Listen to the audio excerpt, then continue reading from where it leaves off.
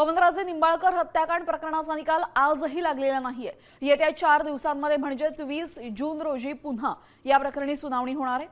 न्यायालयाने पुन्हा एकदा निकालाची तारीख बदलली असून त्यामुळे न्यायालयाने माजी गृहमंत्री पद्मसिंह पाटील यांच्यासह सर्व 9 आरोपींना कोर्टात हजर राहण्याचे आदेश दिले। 2006 मध्ये कळंबोलीजवळ पवनराजे आणि त्यांच्या चालकाची गोळ्या झाडून हत्या करण्यात आली होती।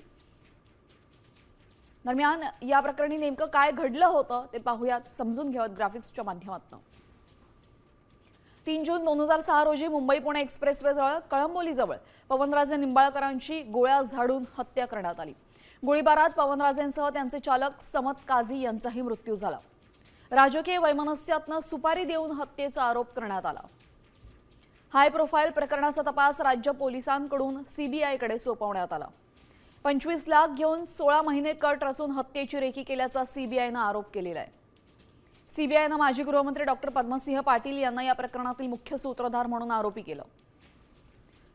तर पारसमल जैन बादला, दिनेश तिवारी, मोहन शुक्ला, सतीश मंदाडे, पिंटू सिंग यांच्यासह सर्वांना कोर्टात हजर राहण्यास सांगितलं। सीबीआयने केलेल्या तपासादरम्यान कोर्टात एकूण 128 साक्षीदार तपासण्यात आलेले आहेत।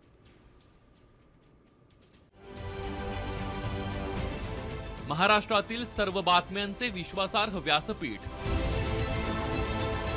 सकाळच्या सर्व सोशल मीडिया प्लॅटफॉर्मला लाईक, फॉलो आणि सबस्क्राईब करा। तसंच सर्व नोटिफिकेशनसाठी बेल आयकॉन प्रेस करायला विसरू नका।